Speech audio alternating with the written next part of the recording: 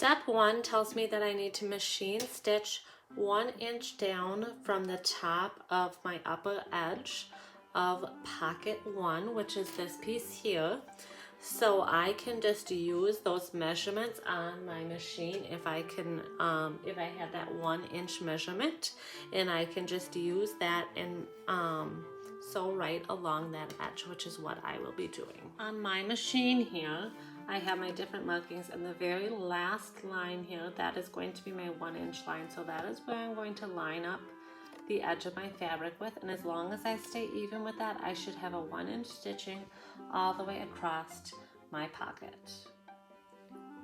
Now that I have that 1 inch stitch line there, I'm going to turn it over to the wrong side of the fabric, and I'm just going to fold over so that this raw edge here meets that stitch line, and I am going to press my fabric.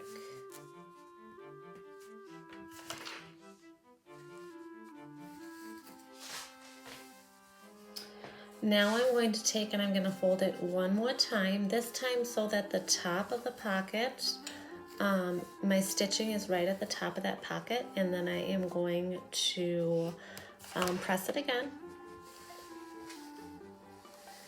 And then I'm going to take this over to my machine and I'm going to do a based stitch. Now a base stitch is going to be where I set my machine stitch to a long stitch, so as long as it goes. I think that's a 5 on my machine. And I'm not going to back stitch it because it's just a stitch to hold in place, and it can be easily removed later on. Okay, so I am going to take you over to my machine and I'll kind of show you how I set it up. Okay, so I have my needle in my fabric there right along that edge, and that is where I'm going to do my base stitch. And now I'm going to go ahead and I'm going to change my machine setting.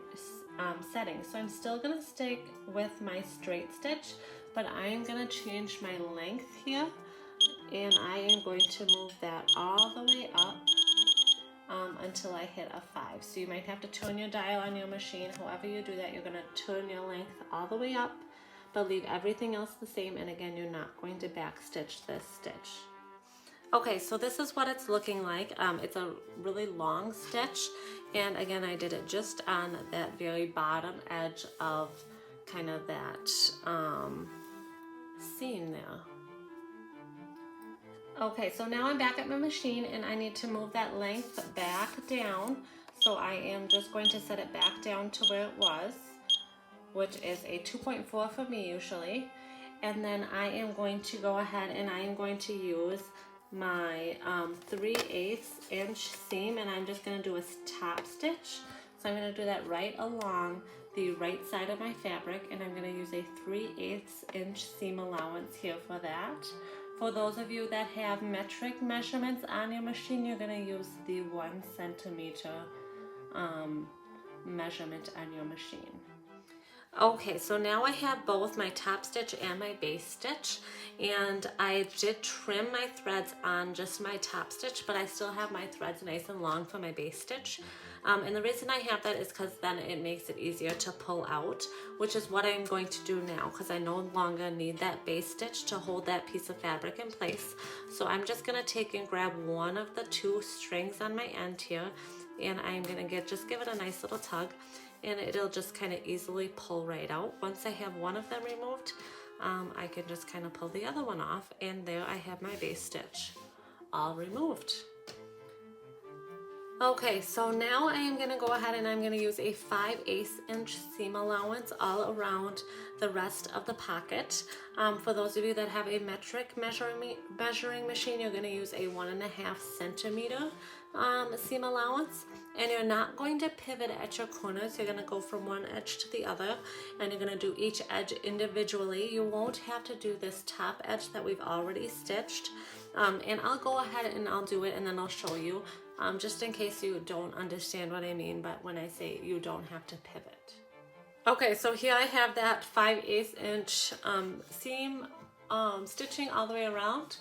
So I'll just zoom in here on a corner so you can kind of see. So I just went from one edge all the way to the other edge, and then I did one side, started here and went all the way off to the side. So I didn't pivot here at the intersection. I did each side individually. So now I'm going to press my corners here. So I am just going to fold them over and press right where those 2 stitches intersect. And I'm going to do that for each corner at the bottom of my pocket here. And now I'm just going to take where I trimmed, or where I pressed, and I'm going to trim so that I just have about 1/4 of an inch of fabric remaining there along each corner. So you can see that I trimmed that there.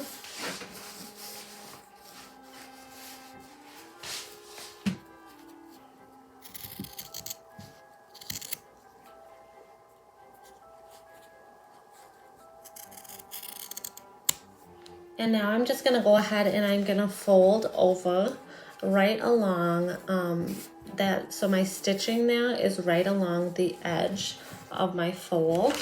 And I'm going to go ahead and I'm going to press again. After you have those sides all ironed in so that those stitching lines are right on the sides there, your pocket is constructed. So this is what it's going to look like.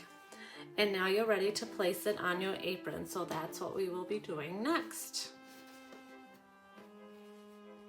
Okay, so you probably won't be able to see on the video where my placement lines are, but I have some markings. So this is kind of the top of where my pocket markings are. These are kind of the corners, and this is the bottom center corner here. So I can see it where I am at, and as long as you can see where your placement lines are, that's gonna be the most important part. So you're gonna kind of match up your pocket with those placement lines on your apron, and you're just gonna pin that in place.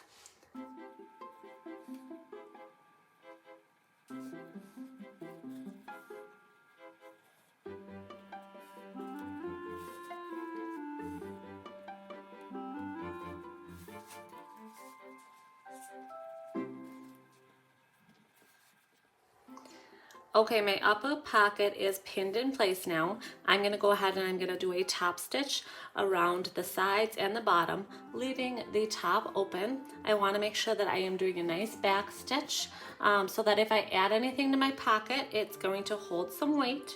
And I want to do a 3/8 seam allowance. So I'm going to go over to my machine with a little ruler, and I am going to make sure that I am putting my needle into my fabric 3/8 inches from my edge of my pocket, and then I just want to make sure that I keep that an even width the whole time I am sewing.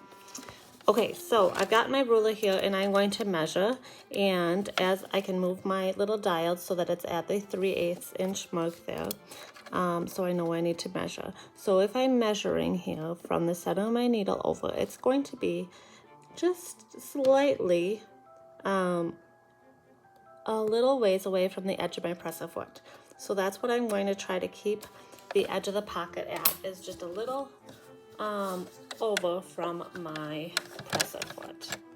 So right here I've got my fabric just a little ways out from that presser foot, and I'm going to keep that the same distance all the way around the sides and the bottom of the pocket, making sure to back stitch again at the top and the bottom.